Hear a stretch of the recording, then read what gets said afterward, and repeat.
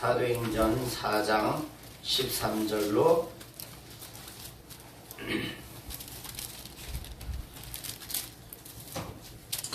사도행전 4장 13절부터 마지막 절까지입니다.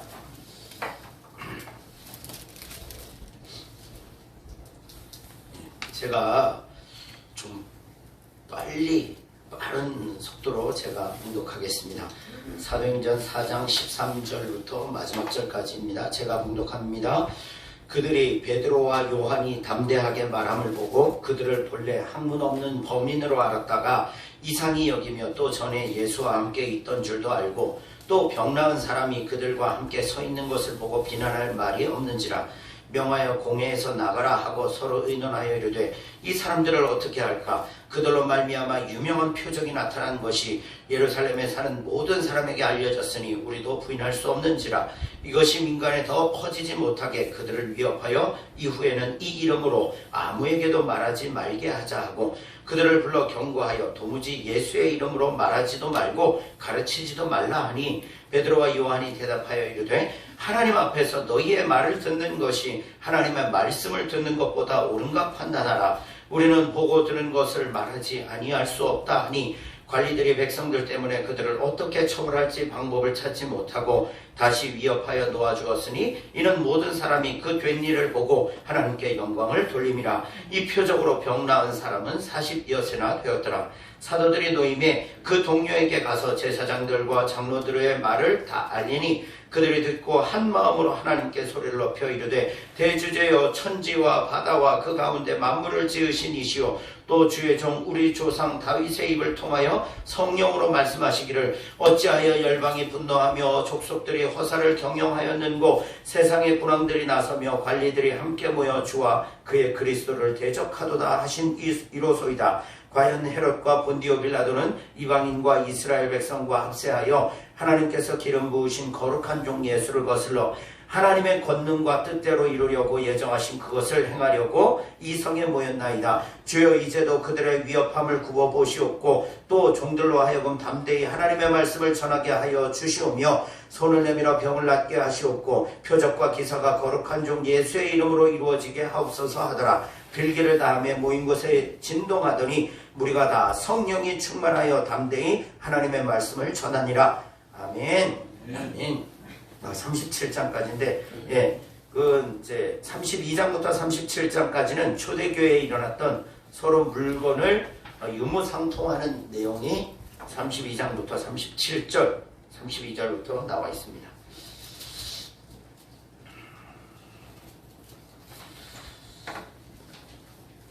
여러분들 주보가 두꺼워졌죠? 제가 매일 있잖아요. 매일 하루에 성경을 묵상할 수 있도록 이렇게 하루하루 칠을 해놨습니다. 그래서 매일 한 장씩 이렇게 읽으시면 됩니다. 본문하고 같이 보시면 월요일부터 토요일까지 했고요. 한번 해보고 여러분들이 좋으시면 계속 만들고 별로 효과가 없으면 이거 만드는데도 시간이 꽤 걸리거든요. 그 뒤에 보시면 주보의 뒷장에 보시면 재밌는 이야기가 있습니다. 어느 교회에서 있었던 일입니다.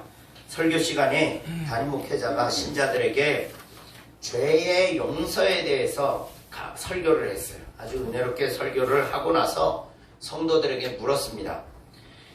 자, 이제 미워하는 사람이 한 명도 없으신 분 손 들어보세요 라고 성도들에게 물었습니다.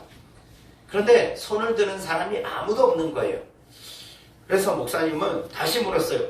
정말 이제 미워하는 사람이 한 명도 없는 분 없으십니까? 정말 아무도 없나요? 묻자. 그러자 한 할아버지가 힘겹게 손을 들었어요. 쭈뼛쭈뼛 하면서 손을 드셨어요. 반가운 마음에 이 목사님이 큰 소리로 말했습니다. 할아버지, 아니 어떻게 아무도 미워하지 않게 되었습니까? 저희에게 말씀 좀 해주세요 라고 그렇게 하자 할아버지가 아주 간단하게 대답을 했습니다. 뭐라고 대답했냐면 미워하는 사람들이 있었는데 다 죽었어 이렇게 얘기를 하더래요. 여러분들은 미워하시는 분들이 있으십니까? 있죠, 그죠? 예. 예. 누가복음 6장 27절 보니까 너희를 미워하는 사람들에게 뭘 행하라? 선을 행하라. 너희를 저주하는 사람들에게 뭘 해라? 복을 빌어주라. 너희에게 해를 끼치는 사람들을 위해서 기도하라. 그렇게 하실 수 있겠어요? 예, 할 수 있습니다. 뭐만 있으면. 말씀을 믿고 하나님이 살아계신다는 확신이 있으면 이 일이 가능합니다. 내가 하는 게 아니라 믿음의 확신이 그 일을 하게 만들어요. 그게 믿음이 하는 일이죠. 그죠? 최근에 아직도 성령께서, 하나님께서 살아계시고 성령께서 지금도 역사하신다라는 사건이 여러분들은 잘 모르실 거예요. 우리나라 땅에서 뉴스에서 난 게 아니니까. 그런데요, 미국의 켄터키주라는 거기에 에즈베리라는 아주 작은 시골 마을입니다.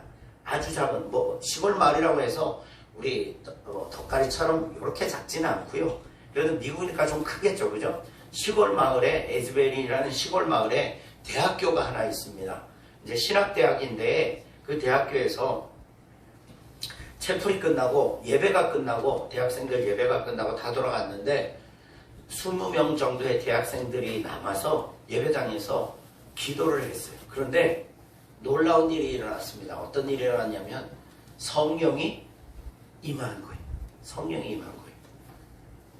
그래서 사람들이 방언을 한 게 아니라요.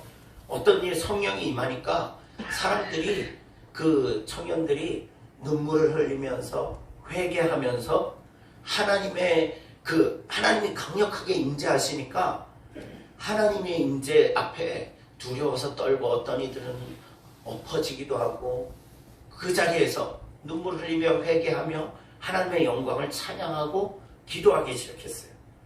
2월달이에요. 2월달. 지금 여러분들 뉴스에 안 나니까 이런 건 뉴스에 안 나는데 미국의 유튜브나 미국의 그 기독교 방송에는 이미 지금 이것이 아주 화제가 됐어요. 전 미국에 화제가 됐어요.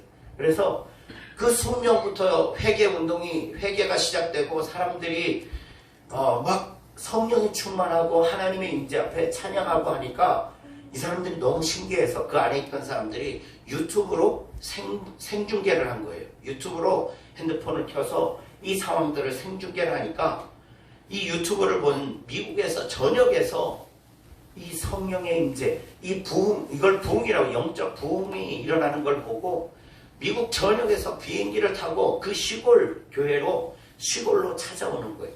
그래서 예배당에 들어가려고요. 줄이 여러분들 예전에는 백화점에서 무슨 큰 세일하면 막 줄이 몇 킬로씩 몇백 미터씩 쓰잖아요. 그죠?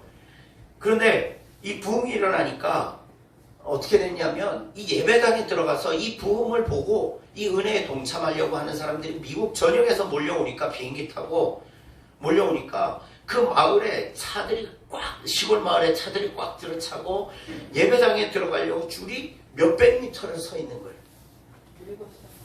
7시간 예배당에 들어가려고 7시간을 기다려서 들어가는 거예요. 그런데 그 예배당에 들어가서 특별한 일이 있느냐? 그 예배당에서는 우리처럼 이런 큰 화면도 없어요. 화려한 것도 없어요. 그냥 뭐만 있냐면 찬양팀, 그냥 찬양하고 기타 치고 피아노 치고 찬양하는 사람들, 그리고는 뒤에는 그냥 예배당이에요. 아무것도 없는 예배당이에요. 그런데 거기에서 성령의 부흥이 일어난 거예요. 그러니까 들어가는 사람마다 하나님의 성령으로 충만해서 회개하고, 그러니까 저도 요즘에도 유튜브 쳐보세요. 장모님, 에즈베리 대학이라고 하면 라이브로 이제 동영상이 올라왔는데요. 그냥 하는 일은 뭐냐면 말씀 듣고 기도하고 찬양하고, 이게 끝나는 게 아니라 24시간 계속 그 일이 일어나면서 2주간이 넘게 계속해서 예배하고 말씀 듣고 찬양 듣고 끊어지지 않고. 이게 언제 이런 일이 일어났어요? 1907년에 아까 기도하셨죠? 평양 대붕이 일어났을 때 그런 일들이 일어나는 거예요.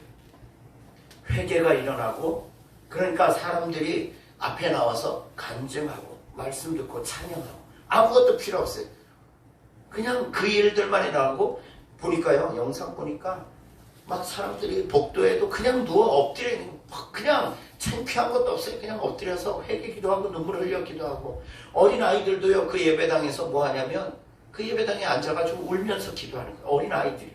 물론 우리 이렇게 생각할 수 있어요. 미국은 기독교 국가니까 그 일이 가능하겠지. 사실 미국이 기독교 국가였지만 지금은 하나님을 떠난 나라와 마찬가지죠. 그런데 성령의 부흥이 일어나니까 사람들의 회개의 역사가 일어나고 하나님의 영광, 그러니까 계속 찬양하고 기쁨으로 찬양하고 이런 일들이 벌어지는 거예요. 하나님은 지금도 살아계셔서 성령을 부으셔서 하나님의 역사를 이루어가고 계심을 한국교회에 좀 보여주시는 것 같아요. 우리 한국교회 보셔요. 교회 나와도 맹숭맹숭하고 은혜도 없고 눈물도 없고 뭐도 없어. 기도도 하지 않아요. 이제는 기도 모임들이 점점점 없어지고, 그죠? 눈물 흘려 회개하는 사람 없고, 하나님의 은혜의 영광을 찬양하기보다는 교회 나와서 어떻게 내가 오늘 또 뭐 주방봉사 어떻게 해야 되고 뭐 오늘 뭐 해야 되고 일밖에 남지 않고, 또 뭐밖에, 교회 안에 싸움밖에 일어나지 않는 거예요. 세력 간에 갈라져서 서로 네 판이 내 판이 싸우고 있고, 이런 한국교회에 또 뭐 우리 예배당은 둘째치고라도 큰 교회 가보면 액정, 뭐 어마어마한 화면들, 어마어마한 시설, 뭐 이런 음향 시스템들 갖추고, 그래서 그 에즈베리 대학에 그 부흥이 일어났는데 그 부흥을 보려고 세계 유명한 설교자들, 유명한 목사님들이 나 한번 강단에 나 좀 세워달라고 찾아오고, 또 아주 유명한 찬양팀들이, 아주 화려한 찬양팀들이 와서 여기서 우리가 찬양 인도하면 안 되겠냐고. 그런데 그 교회 담당자가 아니라고. 이건 하나님의 역사고 하나님만이 영광 받으셔야 된다고 해서 그 유명한 설교자도 못 서게 하고, 유명한 찬양팀 밴드도 못 서게 하고, 계속해서 그냥 보통 사람들이 나와서 간증하고 설교하고 그냥 계속 찬양하고 회개하고 이런 일만 일어나요. 누구만? 하나님만 영광 받으시고 하나님만 높임 받으시고. 여러분, 교회는, 우리 성도의 삶의 목적은 그거예요. 제가 덕가교회가 부흥하면 저에게 유익이 뭐가 있을까요? 물론 재정이 많아져서 저에게 사례비를 더 주실 수 있겠죠. 그죠? 더 주실 수 있고, 제가 하고 싶은 일들, 뭐 돈 많이 들어가는 일들 많이 할 수 있을 거예요. 그런데 정작 제가 그런 일을 하는 것보다 하나님이 더 기뻐하시는 건 뭐냐면, 너가 목사로서 하나님만 두려워하고 하나님만 성도들한테 바로 가르치는 목사, 그게 진짜 하나님 기뻐하시는 목사 아니겠어요? 그죠? 여러분들도 마찬가지예요. 내가 성도로서, 내가 그 교인으로서 내가 뭐 나 구원받고 끝나는 그런 인생이 아니라 내 인생을 통해서 누구만 영광 받으시면 되는 거예요. 하나님만 드러나고 하나님만 영광 받으시면 되는 거예요. 그게 복 있는 인생인 거예요. 그렇지 않습니까? 그 마음이 간절하고 그 하나님에 대한 영광에 대한 기쁨으로, 간절한 소망으로 충만한 사람이 어떤 사람이에요? 성령 충만한 사람이고, 그 사람이 부흥의 주인이라는 거죠. 그래서 저에게도 소망이 생겼어요. 하나님, 우리 덕가교회도, 그 시골교회도 성령의 부흥의 역사가 일어나는 것처럼, 하나님, 우리 덕가교회도, 우리 성도들, 저에게도, 우리 성도님들에게도 그 놀라운 부흥의 역사가 일어나기를 원합니다. 그래서 전국에 있는 모든 교회가, 큰 교회고 작은 교회가 상관없이 우리 덕가교회를 보고 와, 부흥의 역사를 구경하러 왔으면 좋겠어요. 그런 소망이 생겼어요. 그것을 위해서 계속해서 기도하고 있습니다. 여러분, 하나님 지금도 살아계셔서 그렇게 역사하고 계신 걸 우리에게 보여주고 계시잖아요. 그죠? 우리 믿음이 흔들릴 이유가 없습니다. 하나님은 살아계시고 성령님은 지금도 저와 여러분 안에 역사하시고 계십니다. 나를 간절히 찾는 자가 나를 만날 것이라. 그죠? 기대하시길 바라겠습니다. 우리 오늘 말씀을 지난주에 제가 서론을 너무 길게 하는 바람에 말씀을 다 못 봤는데요. 이어서 보도록 하겠습니다. 자, 지난주에 뭘 봤냐면요. 나면서부터 안전병이 된 자를 고치는 사건이 일어났죠. 그죠? 예수 그리스도 이름으로 고쳤어요. 그러니까 어떤 일이 벌어집니까? 종교 지도자들.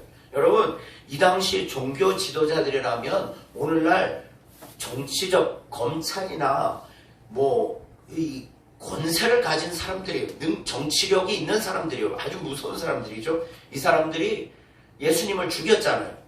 자기들이 죽였잖아요. 그러니까 예수님을 전하는 것을 싫어하겠죠, 당연히. 그러니까 어떻게 합니까? 예수 그리스도 이름을 전파하니까 이 제자들을, 베드로와 요한과 제자들을 붙잡아가지고 감옥에다 가지고 때리기도 하고 그렇게 핍박을 주니까 어떻게 합니까? 베드로가 위축이 됐어요? 아니죠. 오히려 그걸 통해서, 핍박을 통해서 말씀이 더욱 강력하게 전파되는 거예요. 이게 사람이 하는 일이 아니죠. 누가 하는 거예요? 성령님이 하시는 일이. 그죠? 그래서 핍박 가운데서도 말씀이 점점점 더 흥황해지고 있고, 누구의 이름으로? 예수 그리스도 이름으로. 그러면 이 사람들이 어떻게 그렇게 핍박과 환난 중에서도 담대하게 말씀을 전파할 수 있었을까요? 뭘 보았기 때문에? 네, 성령을 받고 또 이 마음속에 확신이 있어요. 기적. 뭐냐면 부활, 예수님의 부활을 보았기 때문이죠. 죽은 자가 살아난 걸 보니까 이거 두려운 게 있겠어요, 없겠어요? 없는 거예요. 그죠? 그 사건을 오늘 이제 보도록 하겠습니다. 자, 13절부터 보시면, 본문 13절부터 볼게요. 13절, 그들이 베드로와 요한이 담대하게 말함을 보고 그들을 본래 학문 없는 범인으로 알았다가 이상히 여기며 또 전에 예수와 함께 있던 줄도 알고 또 병나은 사람이 그들과 함께 서 있는 것을 보고 비난할 말이 없는지라. 여러분 보세요. 지금 종교 지도자들이 베드로와 요한이 담대하게 말씀을 계속 핍박 중에서도 굴하지도 않고 담대하게 말씀을 계속 선포하니까 그 사람들이 베드로와 요한을 그전에는 뭘로 알았어요? 학문 없는 범인으로 알았대요. 이게 무슨 말이냐면, 학문 없는 범인이라는 뭐냐면, 여러분 생각해보세요. 베드로는 원래 직업이 뭐였어요? 어부예요. 평생을 그냥 갈릴리 호숫가에서, 바다에서 그물을 잡던 어부예요. 자, 그러면 자기들이 생각하는 율법주의자들, 법을 잘 알고 있는 율법주의자들이 보기에 베드로가 어떤 사람이 시시한 사람이에요. 어디? 저기 동해 바닷가, 저기 어디죠? 영덕 바닷가에서 평생 대게만 잡던 어디 시골 촌놈이 올라와서 지금 저런 얘기를 하는 거예요. 자기들을 두려워하지 않는 거죠. 여러분, 이게 쉬운 일 같죠? 사실은 두려운 일인지 아십니까? 우리는 예수 그리스도의 이름을 우리 이웃에게 전하는 것도 사실은 마음이 되게 뭐랄까요? 거절에 대한 두려움도 있고 핍박에 대한 두려움, 이런 두려움 잡혀 있는데, 이 당시 베드로 요한은 직접 누구를 상대해야 돼요? 오늘날로 말하면 권력 잡은 자들을 상대해요. 검찰이나 뭐나 이런 법을 다루고 권력 잡은 자들하고 대치를 하는 거예요. 얼마나 두렵겠어요. 그죠? 그런데 말싸움에서도 지지 않는 거예요. 자, 율법을 정식으로 배우지 않은, 그냥 배우지 못한 자로 알았는데, 이들이 말씀을 선포하고 사람들이 그 사람들을 따르고 기적과 표적이 일어나니까 놀라는 거죠. 어떻게 이런 일이 일어날 수 있는가? 자, 베드로와 요한이 한 걸까요? 누가 한 거예요? 성령이 하신 거죠. 성령이 함께 하시면요, 우리 여기 보셔요. 내 나이가 어때서 전도하기 딱 좋은 나이인데, 여러분, 내 힘으로 전도하는 거 아닙니다. 내 학식으로 전도하는 거 아닙니다. 뭘로 전도하는 거예요? 성령님이 내 안에 역사하시면, 내가 말 주변이 없고 내가 힘들고 어려울지라도 성령님이 역사하시면 능히 할 수 있는 거예요. 어린아이나 나이 든 자나 상관이 없어요. 성령님이 계신 사람이라면 그 일을 감당할 수 있습니다. 자, 15절 명하여 공회에서 나가라고 하고 서로 의논하고 이제 얘기를 하는 거죠. 야, 이거 어떡하지? 이런 표적과 기사가 일어나고 막 그들의 말씀이 틀린 말씀이 없는 거예요. 그러니까 어떡하냐 그렇게 말하면서 이제 겁을 주는 거죠. 17절 이것이 민간에 더 퍼지지 못하게 하여 그들을 위협하여 이후에는 예수 그리스도의 이름으로 아무에게도 말하지 말게 하자라고 그들을 불러 경고하여 도무지 예수의 이름으로 말하지도 말고 가르치지도 말라 하니, 자, 베드로와 요한을 다시 불러요. 그리고는 뭐라고 말합니까? 너희들 예수라는 이름으로 한 번 더 말씀을 선포하면 너희들 다 가만두지 않겠어. 다 감옥에 쳐넣든지 아니면 다 죽여버리겠어. 위협을 하죠. 그죠? 얼마나 무섭습니까? 그런데 19절, 자, 19절 20절 함께 읽을까요? 시작. 베드로와 요한이 대답하여 이르되 하나님 앞에서 너희의 말을 듣는 것이 하나님의 말씀을 듣는 것보다 옳은가 판단하라. 우리는 보고 들은 것을 말하지 아니할 수 없다 하니. 아멘. 와, 뭐라고 합니까? 그 말 잘하고 그 당시에 종교 지도자들이라고 하면 그들이 한마디 하면 아무도 대꾸를 할 수가 없었어요. 아무도. 왜냐하면 그들이 법을 다 정하고 그들은 얼핏 보면 신앙생활을 아주 법 안에서 테두리 안에서 정확하게 지키는 사람들이거든요. 그런데 그런 사람들 앞에 베드로와 요한이 뭐라고 해요? 야, 하나님 앞에서 너희 말을 듣는 것이 하나님의 말씀을 듣는 것보다 옳은가 판단해봐라. 우리는 우리가 보고 들은 것을 말하지 않을 수 없다. 이렇게 담대하게 선포하는 거죠. 그 이유가 뭘까요? 아까 말씀드렸죠? 이렇게 당당할 수 있는 이유가 뭡니까? 예수 그리스도의 부활의 능력을 경험했기 때문이에요. 눈으로 보고 귀로 듣고 마음에 확신이 있었기 때문에 이제 이들은 두려울 게 없는 거예요. 죽여봐. 그래, 죽은 다음에 나에게도 뭐가 있기 때문에, 부활이 있기 때문에 두려울 게 없는 거죠. 여러분, 세상에서 가장 무서운 사람이, 감당할 수 없는 사람이 어떤 사람입니까? 죽음을 두려워하지 않는 사람. 여러분들, 죽음이 두렵습니까? 물론 그죠. 당장 내 목숨이 하다고 생각하면 두려움이 오는 건 맞죠. 그러나 우리에게 있는 확신은 뭡니까? 부활이라는 게 있다는 거죠. 세상 사람들은 사망의 부활이 있겠지만 저와 여러분들에게는 영생의 부활이 예수 그리스도로 말미암아 주어졌기 때문에, 그죠? 두려움이 없는 거예요. 주저함이 없는 거예요. 그래, 뭐 감옥에 가둬봐. 그래, 우리를 순교의 자리에 이끌어봐. 우리는 두렵지 않아. 왜냐하면 나는 예수의 죽음과 부활을 목격했기 때문에, 또 예수님의 그 약속을, 나를 믿는 자는 죽어도 살겠고 무릇 살아서 나를 믿는 자는 영원히 죽지 않고 살리라. 예수님의 약속의 말씀이 마음속에 새겨지고 믿어진 자, 확신이 있는 자들이 두려울 게 뭐가 있겠습니까? 그죠? 담대함이 있는 거죠. 여러분, 그렇다면 이렇게 부활의 확신을 가진 사람에게 삶의 의미가 뭘까요? 이 부활의 확신을 가진 사람에게 삶의 의미는 뭐냐면, 죽느냐 사느냐 아니면 인기에 연연해 하지 않습니다. 이해가 가십니까? 부활의 확신이 있는 사람은 내가 죽느냐 사느냐에 관심이 없습니다. 그리고 사람들의 인기, 세상으로부터 주어지는 만족, 행복, 기쁨에 관심이 없어요. 그럼 뭐에 관심이 있습니까? 세상인 사람들은, 여러분, 이런 부활의 소망이 없는 세상 사람들은 뭐에 관심이 있어요? 인기와 명예와 부에 관심이 있는 거죠.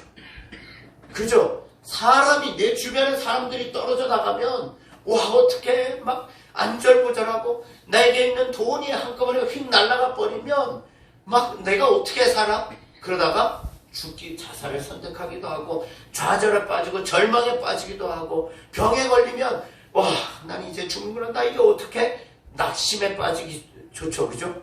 자, 세상 사람들은 부활의 확신을 가지 못한 사람들은 이렇게 인기와 명예와 부와 죽느냐 사느냐 오직 이것에만 관심이 있고 이것에 좌지우지되고 흔들리죠. 그러나 부활의 확신을 가진 사람의 삶은요, 영원한 삶을 추구하고요, 선한 삶을 힘쓰며 삽니다. 단지 주어진 현실의 문제에 쉽게 흔들리지 않습니다. 여기서 그러면 선한 삶을 힘쓰며 산다라는데, 여기서 선한 삶이란 도덕적인 윤리적으로 바르게 산다는 의미가 아니라 오직 우리에게 영생을 주실 수 있는 하나님의 뜻을 분별하고 그리고 하나님의 뜻에 순종하는 삶을 내 인생의 최고의 가치로 여기며 살아가는 것이 선한 삶인 거예요. 그렇기 때문에 이 사람들은 순교도 불사하는 거죠. 보세요. 하나님 앞에서 너희 말을 듣는 것이 하나님의 말씀을 듣는 것보다 옳은가 판단하라. 여러분, 우리의 신앙은 이렇게 돼야 되는 거예요. 그죠? 우리가 전도할 때도 이런 신앙을 가지고 전도를 해야 되는 거예요. 너가 한 말이 세상적으로는 맞지만 그거 아니야. 내가 가지고 있는 진리가 오직 너를 살릴 수 있어. 너에게 소망을 줄 수 있어. 너에게 참된 위로가 될 수 있어. 내가 가진 예수 그리스도 그 이름만이 너에게 진정한 축복이야. 담대하게 선포할 수 있는 거죠. 여러분들은 우리는 보고 들은 것을 말하지 아니할 수 없다. 여러분들은 무엇을 통해서 보고 들었습니까? 하나님의 계신 이 성경 말씀을 통해서 하나님은 지금 우리에게 보여주시고 들려주시잖아요. 그죠? 그리고 그것이 이 성경 속에만 기록된 역사가 아니라 실제로 인간의 역사에, 인류의 역사에 다 이루어졌잖아요. 그죠? 보고 들은 것을 우리가 왜 주저합니까? 왜 말하기를 두려워합니까? 담대하시길 바라겠어요. 그죠? 담대하시길 바라겠어요. 계속해서 말씀을 보겠습니다. 자, 그러니까 어떻게 감당할 수 없는 거예요. 그러니까 그들을 그냥 놓아주죠. 자, 그런 다음에 23절부터 보이시면 사도들이 노임에 그 동료들에게 가서 제사장들과 장로들의 말을 다 알리니, 자, 그들이 듣고 한 마음으로 하나님께 소리 높여 이르되 대주제여 천지와 바다와 그 가운데 만물을 지으신 이여. 어떤 하나님이요?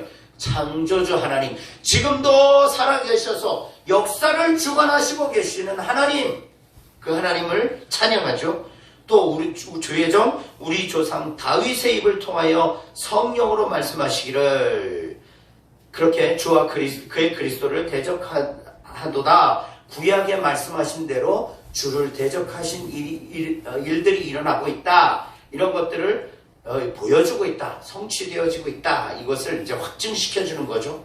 그들의 핍박이 이미 구약시대 때부터 예언되었던 것, 하나님이 약속했던 것, 그런 사실이 이루어지고 있다. 이거 확증시켜주는 거죠.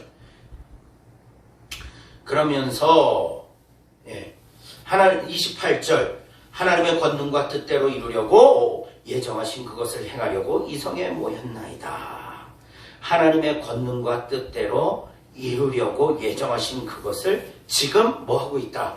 핍박을 통해서 이루시고 계신다. 그걸 사도들이 마음에 확신을 갖는 거예요. 자, 그러니까 어떤 일이 일어납니까? 그렇게 기도하니까 또 기도하죠. 하나님, 29절 30절 보세요. 주여 이제도 그들의 위협함을 굽어보시옵고 또 종들로 하여금 담대히 하나님의 말씀을 전하게 하여 주시오며. 이게 무슨 말이에요? 그들의 위협함이 더 이상 우리의 전도를 막을 수 없다. 예수 그리스도의 이름을 선포하는 일을 막을 수 없다. 왜냐하면 하나님께서는 그 핍박을 통해서 오히려 더 말씀이 전파될 것이라고 약속해 주셨기 때문에 두려워하지 않는 거죠. 그죠? 그 약속의 말씀을 의지해서 지금 기도하는 거예요. 하나님, 그들의 위협함을 이제 하나님 뜻대로 이루어지고 있습니다. 그래서 종들로 하여금 더 담대히 하나님의 말씀을 전하게 해 주십시오. 그리고 손을 내밀어 병을 낫게 하시고 표적과 기사가 예수의 이름으로 이루어지게 하십시오 라고 하나님 앞에 약속이 그대로 이루어지길 기도하죠. 그러니까 어떤 일이 일어납니까? 31절 함께 읽겠습니다. 시작. 빌기를 다음에 모인 곳이 진동하더니 무리가 다 성령이 충만하여 담대히 하나님의 말씀을 전하니라.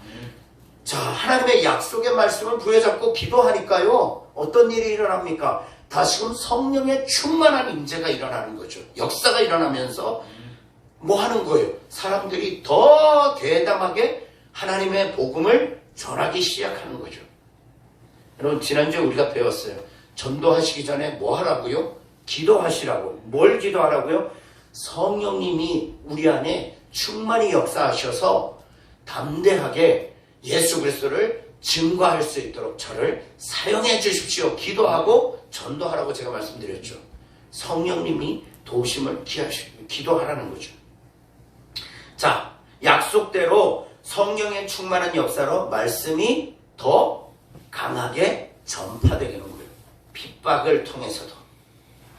자, 그런데 어떤 일이 일어납니까? 32절부터 보시면 32절 같이 읽겠습니다. 시작. 믿는 무리가 한 마음과 한 뜻이 되어 모든 물건을 서로 통용하고 자기 재물을 조금이라도 자기 것이라 하는 이가 하나도 없더라. 아멘. 자, 이 오늘 32절부터 37절까지의 말씀을 보면요, 첫 번째 오순절날 성령이 임했을 때, 마가의 다락방에 성령이 임했을 때 두 가지 현상이 일어났어요. 첫 번째, 방언이 시작됐죠. 그죠? 방언을 하기 시작하고, 두 번째, 예루살렘 교회가 세워지고 그 안에서 어떤 일이 일어납니까? 자기 물건을 팔아서, 자기 소유를 팔아서 예루살렘 교회 공동체에 이렇게 드리죠. 그죠? 헌금으로 드리죠. 그런데 오늘 보니까 또 성령이 충만한 역사가 일어나니까 어떤 일이 일어납니까? 한 마음 한 뜻이 되어 서로 모든 물건을 통용하고 자기 재물을 조금이라도 자기 것이라 하는 이 없이 가난한 사람들에게 나눠주고 섬겨주고 자기 재산을 팔아서 교회에 헌금하는 일들이 많이 벌어지는 거죠. 여러분, 이 설교를 어떤 분들은 이렇게 말합니다. 성령 충만한 사람은 헌금을 많이 합니다. 열심히 해야 됩니다. 해서 헌금 많이 하라는 설교로 그렇게 이야기하시는데, 절대 이 내용은 그 내용이 아닙니다. 헌금 많이 하게 되었다, 그래서 우리도 헌금 많이 해야 된다, 이 이야기가 아닙니다. 이 이야기는 뭐냐면 성령 충만하니까 어떤 변화가 일어나는가, 이걸 우리에게 보여주시는 거예요. 성령이 충만하게 역사하니까 어떤 일이 일어납니까? 성도들이 자기 재산을 팔아서 기꺼이 하나님의 교회에 헌금으로 드리죠. 그럼 이것만 보면 우리도 그러면 우리 재산 팔아서 헌금해야 되냐? 이게 아니라는 거죠. 무슨 말이냐? 이거는 초대 교회가 처음 설립되어지고 구제하고 전도하기 위해서 뭐가 필요한 거예요? 헌금, 돈이 필요한 거죠. 그죠? 물질이 필요하니까 성령님께서 그들에게 헌신하게 하신 거예요. 오늘날 우리에게 무리하게 무조건 헌금 많이 해야 된다, 무조건 교회 생활하려면, 잘하려면, 은혜 받으려면 헌금해야 된다, 이 이야기가 아닙니다. 이 당시에만 벌어진 일이에요. 그럼 뭘 얘기할까요?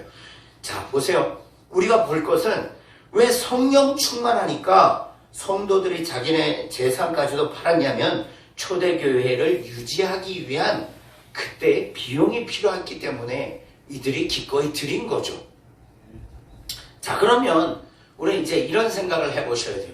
아니, 그렇다고 굳이 전 재산을 팔아야 할 이유가 있을까? 여러분, 그 생각 안 드셔요? 아니, 왜 굳이 전 재산을 팔아? 그냥 내게 있는 거 십시일반으로 좀 많이 헌금하면 되지.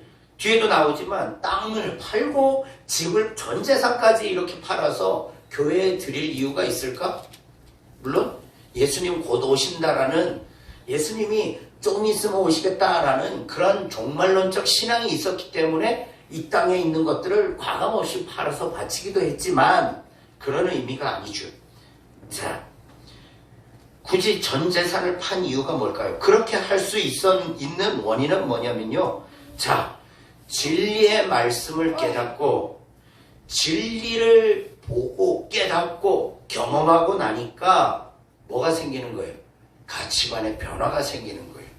그동안은 무엇을 먹을까, 무엇을 마실까, 무엇을 입을까, 어떻게 해야지 내가 좀 더 높은 자리에 갈까, 어떻게 해야지 내가 좀 더 부자가 될 수 있을까. 자, 이게 세상의 관점이잖아요. 그죠? 그동안 그것을 위해서 열심히 살고 그것 때문에 힘들게 살아왔던 인생들이, 자, 예수 그리스도의 복음의 말씀을 듣고 나니까 내 인생, 아까도 말씀드렸죠? 내 인생 부자가 되는 것이 큰 의미가 없구나. 내가 부자가 되어서 재산 많이 가지고 많이 누리는 것이 그렇게 큰 의미가 없구나. 어디에다, 그러면 가치관에 뭐가 생기는 거예요? 가치관에 변화가 생기는 거예요. 이 땅의 가치관을 두고 살던 인생이 어디에 가치관을? 부활과 영생의 가치관을 두고 살다 보니까 이 땅에서 누리는 것들을 기꺼이 포기할 수 있는 거죠. 세상 사람들의 힘은 어디에서 나옵니까? 돈과 힘과 명예에서 나오죠. 권력에서 나오죠. 그죠? 그러나 예수 믿어서 부활과 영생의 약속을 확신하니까 이제 이런 것들을 초월해 버릴 수가 있는 거예요. 여러분, 우리는 어떻습니까? 저와 여러분들은 어떠십니까? 이제 말씀을 정리할 텐데, 우리는 도대체 어떤 가치관을 우선순위로 삼고 살아가십니까? 저는 참 감사한 게요, 주일이라고 이렇게 외부에 이렇게 우리 성도님들 이야기지만 죄송합니다. 비교를 하지 마셔요. 그냥 감사한 게 뭐냐면, 이렇게 주일 빼먹을 수 있는 상황이 되는 거예요. 조건 그냥 누가 주일날 안 나와도 저 사람 저럴 수밖에 없네 라고 인정받을 수 없는 상황인데도 어떻게 합니까? 굳이 시간 맞춰서 하나님 예배당에 나오는 거예요. 올라오는 거예요. 그거 아무나 할 수 있는 일 같죠? 아무나 할 수 없습니다.